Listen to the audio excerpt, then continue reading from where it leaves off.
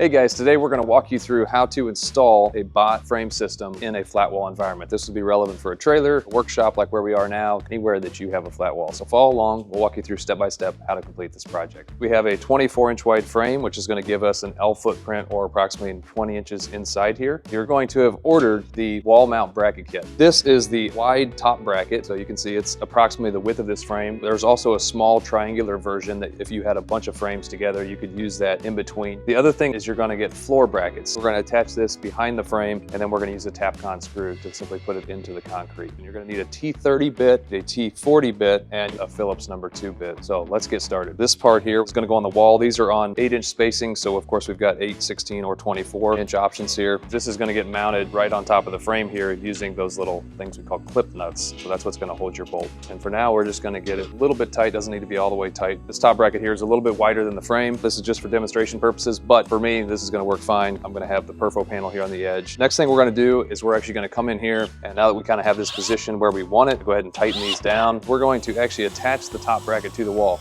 The next thing we're going to do is we're going to go ahead and get the floor brackets installed. Each top bracket or bracket kit comes with 2 of these. I think in this case, 1 bracket in the middle would be sufficient. Of course, it's up to you. Use your best judgment when installing. This bracket can be adjusted everywhere that you see those holes. And the next thing we're going to do is we're going to put 2 of these clip nuts. So we'll line them up with the hole. Take 2 of the T40 bolts with Loctite already installed on them. Put a washer on. Once we have the bottom bracket installed to the frame, the next step is to attach it to the floor. When doing that step, you can either, of course, measure off the wall, or an even better option is we'll just put our magnetic level on here. We'll level it up. Now we're going to drill a hole for our Tapcon. We'll grab our hammer drill out of here. Once I have my hole drilled, insert that into the hole, making sure our frame is lined up on our marks. And that should be enough to hold this frame nice and secure. We're going to put a shelf down at the very bottom, and you'll notice on the shelves I've got 7 different positions that I can put this. Now in this case I have my baseboard here, so this shelf will need to be in the second hole from the front. Everything that gets installed to our frames, either on the front of the frame or on the inside of the frame, is going to use these small little tri-lobe self-tapping screws. If you have to remove something and readjust it, it's not a problem. It'll just thread back into the same hole. So let's go ahead and put this shelf into place here. We'll put the next shelf, then we'll put a drawer, and then we've got 3 sustainers we're going to put on top.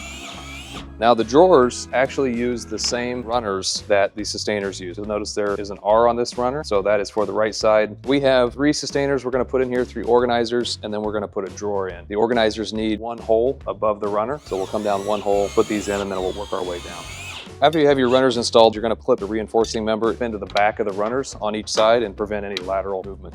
With shelves, it's not a bad idea to start from the bottom and work your way up, but once you get to things where you don't want to have a gap, it's a little bit harder to know how much space we should leave. One thing to keep in mind, you can either put the drawers super tight together where there's no gap, or if you want to have taller items standing up in the drawer, you can also leave a slight gap. Just something to think about when you're planning. Last step here is we're going to put the top shelf brackets in place, and then we will install our top shelf. There's a left and a right, and these are going to sit right on top of the frame and be fastened to the top 3 holes.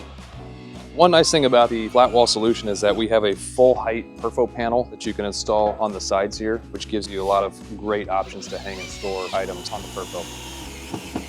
Now that we have our top shelf installed, we're going to go ahead and put our sustainers in, throw a few bott boxes on the shelf, and this project is nearly complete. So that is how you install a frame in the bott flat wall solution. If we wanted to add more frames, your bracket kit did include 3 connector brackets. They would attach on the rear of the frame, and they would then start to daisy chain and connect additional frames together. Of course, everything here is adjustable, so if I need to adjust them, it's 2 screws on each side, move it to a new position. Thanks for checking it out. Take a look at our design guide at bottsmartvan.com. It walks you through the whole process. It explains how much space you need for all the different items. Thanks for watching.